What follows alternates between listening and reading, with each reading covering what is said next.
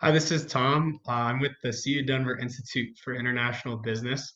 We're going to give a little background on the IIB. So, the CU Denver Institute of International Business develops and provides international business resources and opportunities for faculty, students, and businesses. We support faculty through enhancing the global dimensions of their teaching and research, providing students opportunities to best prepare for the work in a global economy, and through collaborating with the business community to advance international business practice. So, with that, we are introducing a Career Spotlight series. And this series is intended to be a resource for students to learn more about opportunities and various careers in international business. And today I have the pleasure of speaking with Jill Lohmiller. Jill is the founder and owner of Figure Eight Marketing and is a leader in international marketing community and a founder of her own business in that category. She also teaches classes and supports a variety of programs at the University of Colorado Denver and is a graduate of both the MBA, right, Yes. and the Master's in International Business program at UC Denver. So I'm excited to talk with you, Jill, and learn more about your career. Great. Thanks for Um, having me, so Tom. yeah, thanks for coming on. So yeah, I just want to start learning a little more about your background and what led you to get your to spark your interest in marketing and also in international business. Absolutely. Well, it feels like a long path, but I can make it short. I'm a Denver native, and I went to undergrad at the University of Arizona, where I majored in marketing. So I knew pretty early on that I had a passion for marketing. I had taken a Myers-Briggs test at some point in high school, and that had come up as like the number one area of that I could go into and be successful in. And I've always been really interested in how people make decisions and how people interact with brands and companies. And so had the opportunity to complete my BS in marketing at the University of Arizona. During that time, I also had the opportunity to go on semester at sea, where we traveled around to about 10 different countries and learn about international business in that capacity. Prior to college, I'd also studied abroad in Australia in high school. So those were kind of the seeds that were planted early on in regards to international and my interest in cross-cultural communication and how that ties in with marketing.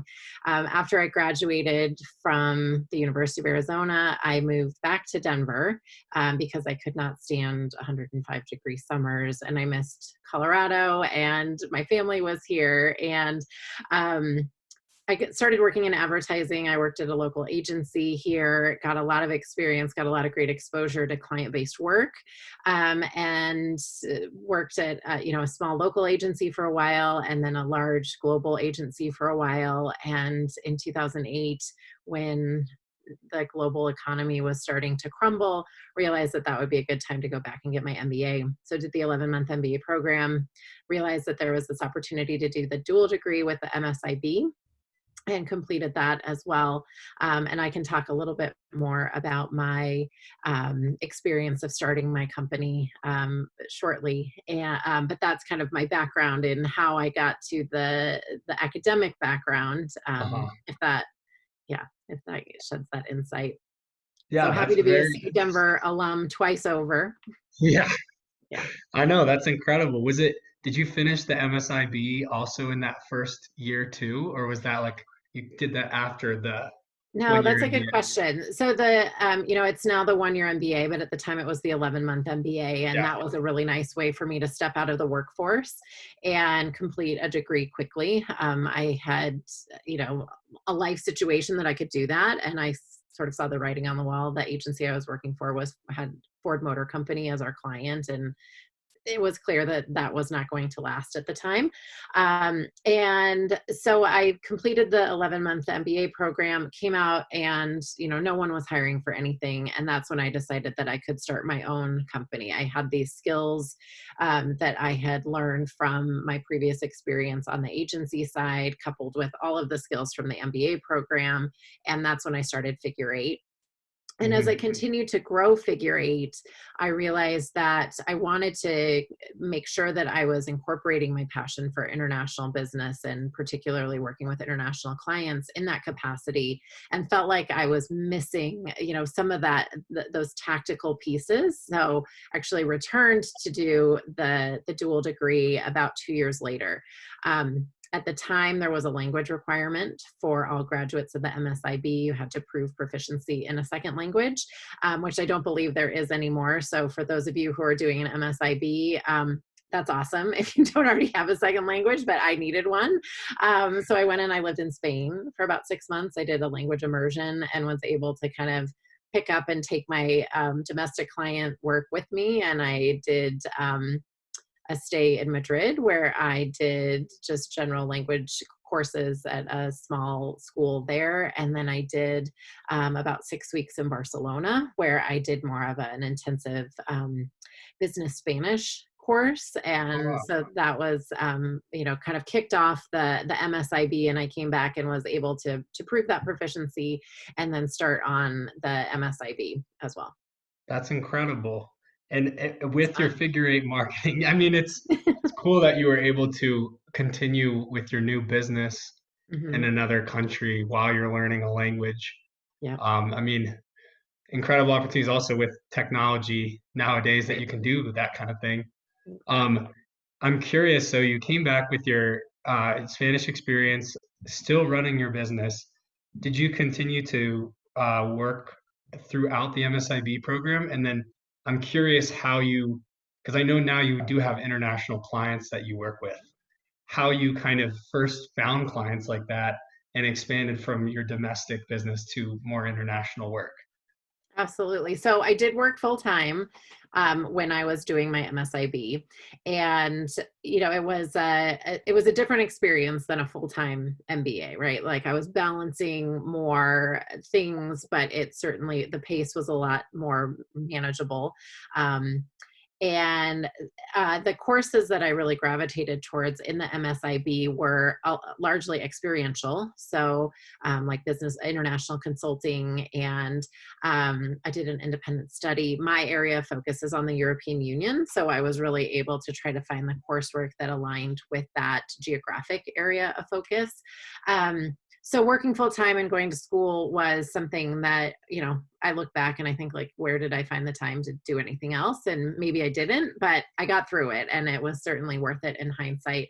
And then I started developing international clients. There was sort of this intentional piece of it where I was working with organizations like the World Trade Center Denver, World Denver, which formerly was the Institute of International Education, which became one of my clients, but then also these really informal networks. So I love to tell this story about how I was sitting at a Starbucks having a conversation with a client, like a domestic client. It was Native Eyewear. The woman who was the director of marketing there and I were just connecting.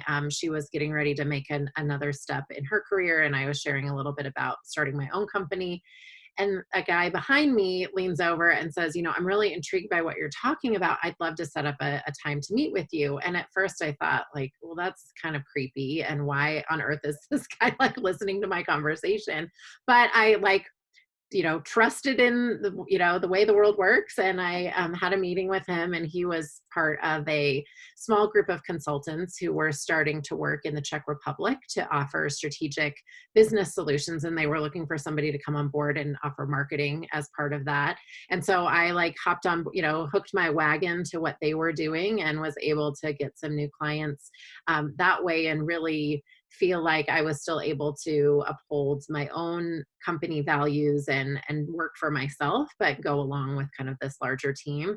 And that was just kind of being in the right place at the right time, like always being open to networking. Wow. To not working, you said? Being To open to networking. networking. Sorry, I was like, wait, what? networking. Sounds like you're Yes, doing a I would lot of like to work. be open to not working too, but networking is another thing. Yeah, totally. Yes. Yeah. Well, that's great. That's really cool. And I kind of sparked my thought. One of the things I was curious about was you had that experience where you were working in a more for a company doing marketing consulting, it sounded like for Hmm. Ford. And then now then you started your own business. what are some of the unique challenges and also the things you enjoy about running your own business? And what are some of the differences between maybe doing that versus working in international marketing for a larger company? Sure. So I think that, I was able to go and work at larger companies and learn the ropes of a lot of different things, gain some of those skills, learn how to work with clients, have a team. And then some of the frustrations that I felt about that work allowed me to really shape what I wanted to do for myself. So I would say some of the advantages of starting your own company is that you can be really intentional about who you want to work with, how you want to work with them, the services that you want to provide. And I would say a challenge with that comes with like, it's just you. I've built a small team and I have a great network of individuals around me who help to, work with me in areas of business where I don't personally have expertise. So I would say, I get to work for myself and that's great. I can pick who I work with and how I want to work and what time of day I want to work. And on the flip side, like I only have myself to report to. Like if I get a huge project, I'm on the hook for that.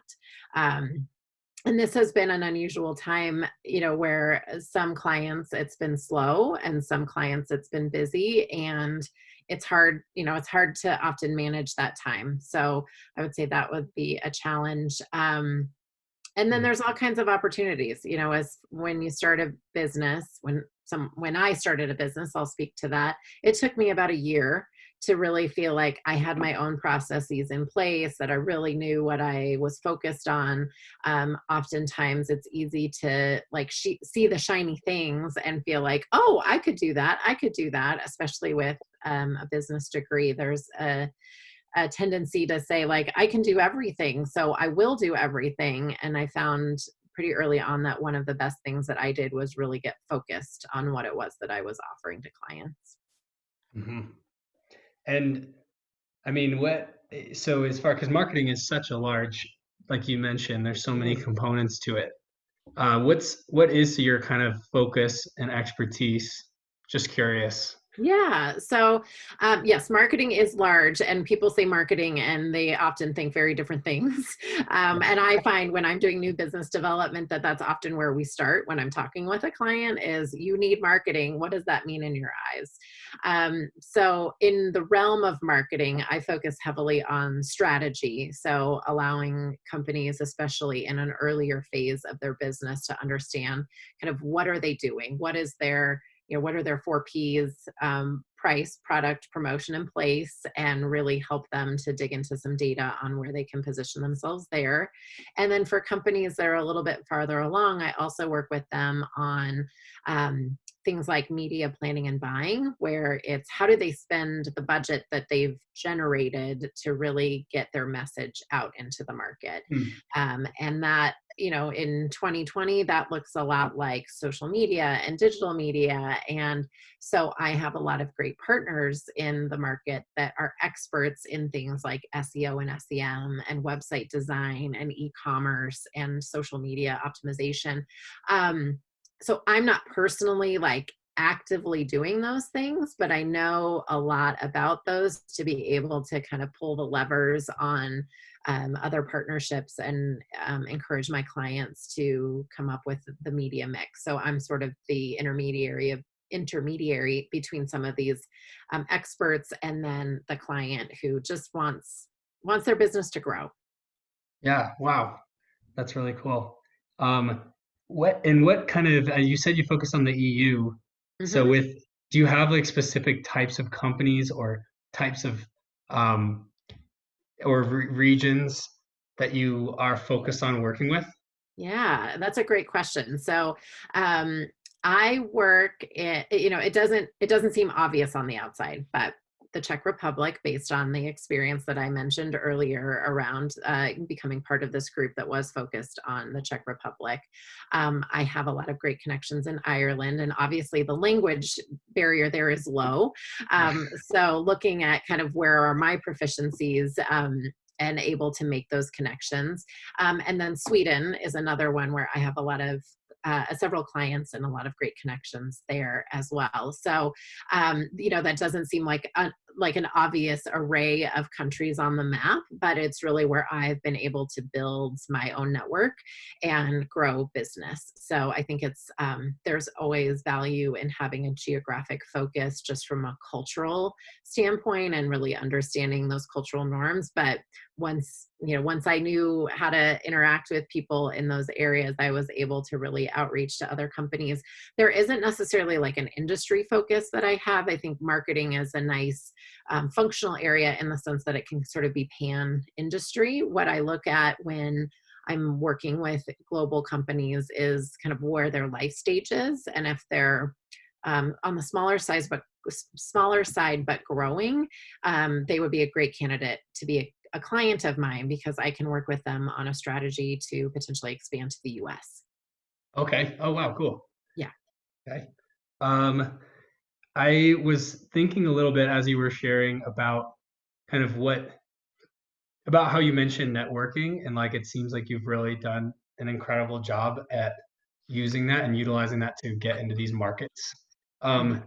And it made me think of like what do you think are the key I want to ask you about knowledge, skills, and abilities to go into marketing, but I guess before that, what I've been thinking about is like, what do you think are the key kind of just differentiators that help someone find success going into international marketing? Like, what key attitude skills or mindsets can really help people be successful?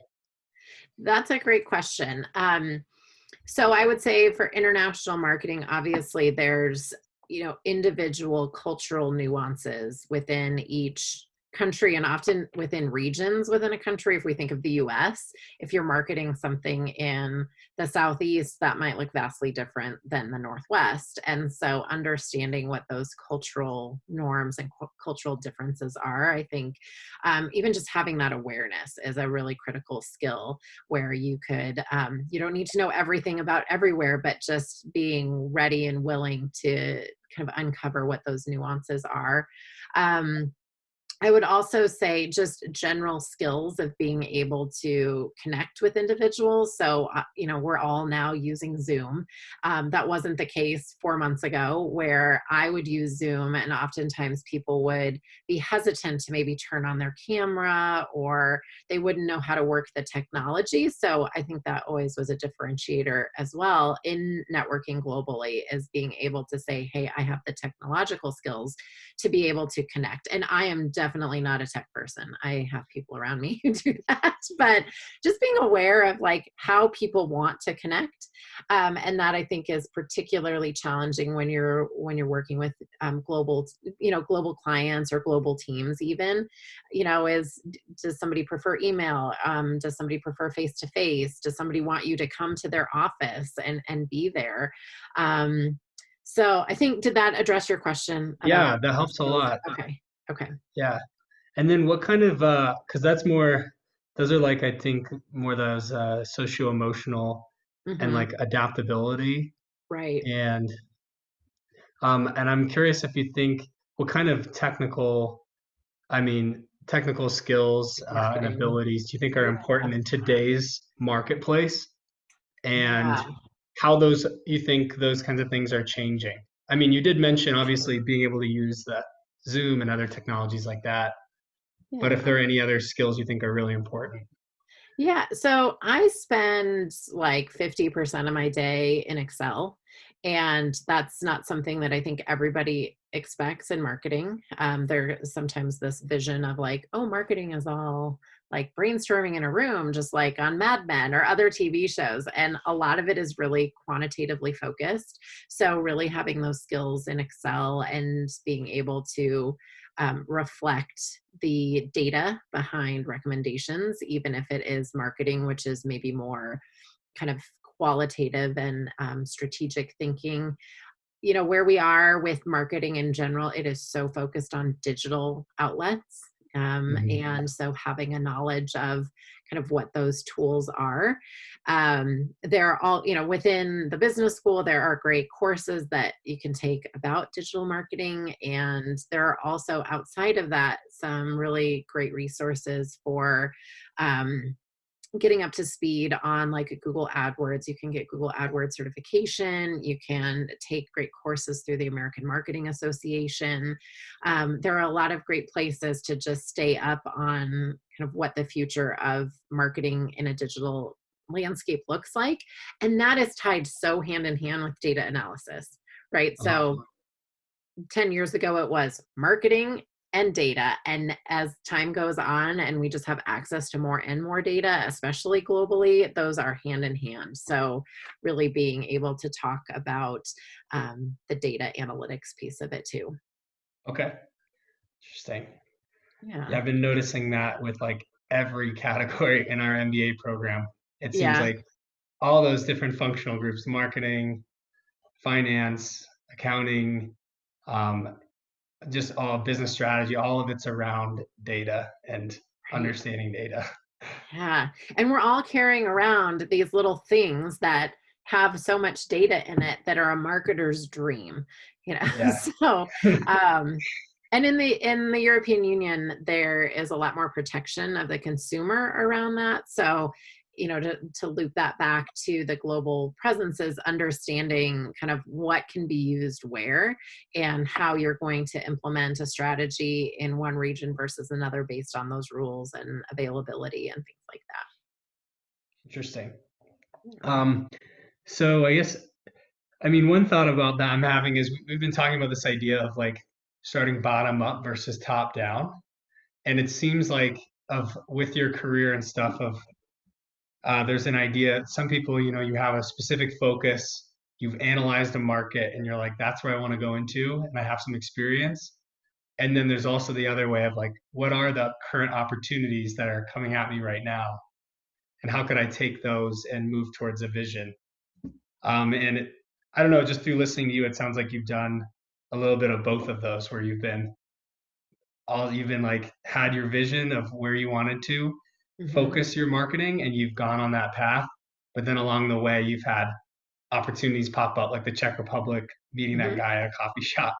Yeah. And yeah, I don't know, it's Yeah. just affirming some of those things that I think I've been thinking about a lot. But Yeah. And you're right. I think that's career pathing in a nutshell is sort of like you think you're on this path and then suddenly you see something along the way that sounds really interesting, or you look ahead at what opportunities may exist. And so if you had asked me 10 years ago when I started Figure Eight if this is exactly where I'd be today, I don't think I could have even predicted it, because I didn't know what I would find along the way. And I knew what I set out to do, and I still am largely doing that. The other piece of my career is, with the flexibility of running my own company, I am able to do things with CU Denver, and I've gotten into teaching over the last 7 or 8 years, and that's been really fulfilling, and that's something that I love to do. And if I was personally in a more rigid 9 to 5 job, I don't know that I would have even thought about, gosh, how can I do more than one thing with my time? So yeah, kind of being well, open to like what presents itself, but also staying focused on the goal, whatever that yeah, is. Yeah. we're lucky to have you too. I was just going to say you're a great teacher. Well, thank you. It's So been I a lot think of fun. anyone listening to this, take Jill's classes.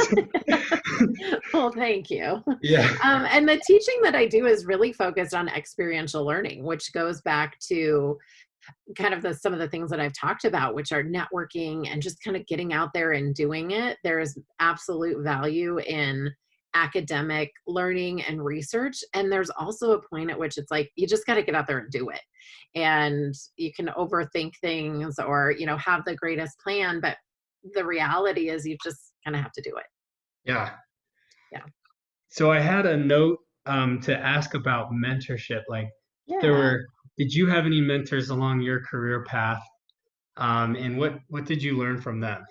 Absolutely. I've had great mentors along my path.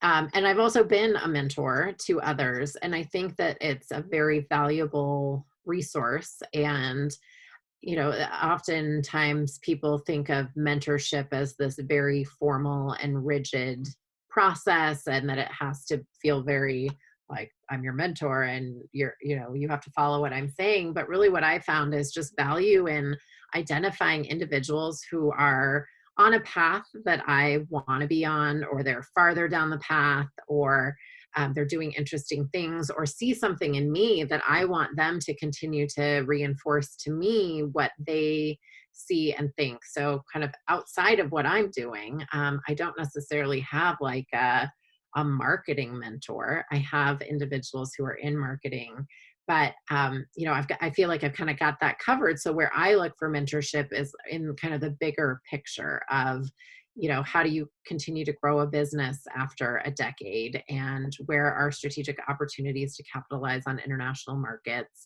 I also feel as though I have a really great peer mentorship network where it's individuals who are maybe from my cohort of the MBA program, Mhm. or other graduates of the MBA program who, we're on maybe similar uh, career trajectories, or we have similar interests or areas of focus, and we bounce ideas off of each other and help each other kind of to push each other along the way. So I think mentorship can have a lot of different um, different applications. And I also enjoy mentoring others because I think that there's value in giving back as well. Mhm. So, and that ties into networking. I mean, that's my personality anyway, is to try to connect with people. And so mentorship and networking might seem harder for individuals who are more introverted or who are less likely to want to do that, but it's still just as valuable, if not more valuable.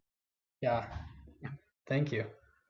Um, so as far as students who are interested in starting their careers in marketing, specifically international, what are some recommendations you have for what are some effective strategies they can take to find an entry level position or to get started on that path? Yeah, that's a great question. And I would say knowing the industries that exist here in Denver, and I believe that Stephanie Garnica has also done one of these career interviews as well. And she's with the city of Denver and works with attracting global businesses to Denver.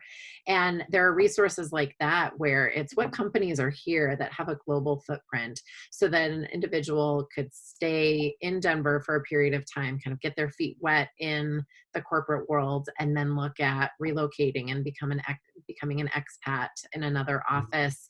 I would also say, I don't have a specific industry focus, but my background is such that when I was working in an agency setting, I was very focused on specific industries.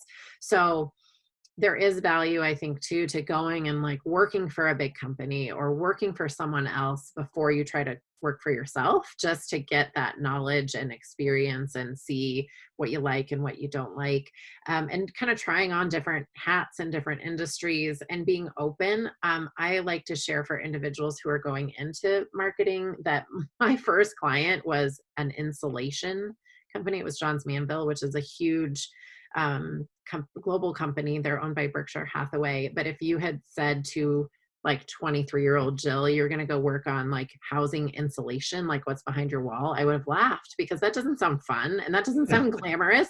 But you know what? Like, it taught me a lot, and people need insulation. So Yeah. I would say like a strategy might be being open-minded to what that might look like. And graduates may have a geographic area of focus based on language or background or just areas of interest. And so that certainly can help to narrow the focus on the types of companies.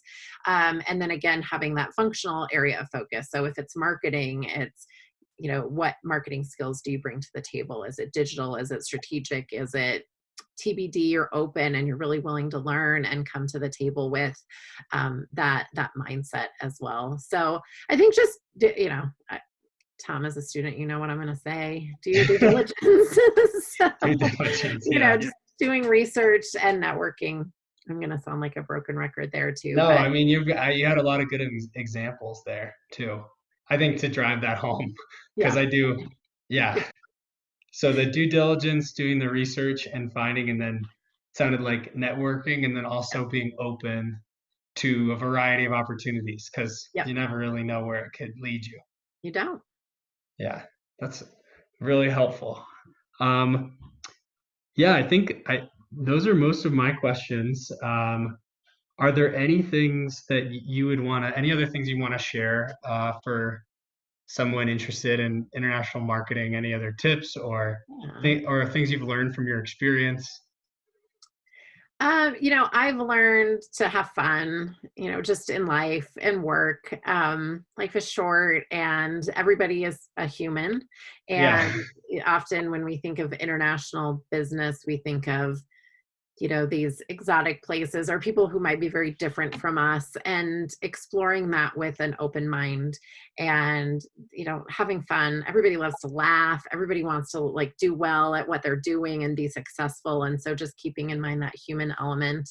And then the only other note I'd had on kind of opportunities for looking at international marketing careers is thinking about your competition and thinking about who else is doing these things around the world. As soon as you decide to leave the comfort of Denver or Colorado or the US, you're dealing with a larger competitive pool as well, both from a workforce as well as other opportunities for people to find resources. So when I'm looking at pitching my work to businesses globally, I think about, well, who's local there that could be doing this as well, and how am I differentiating?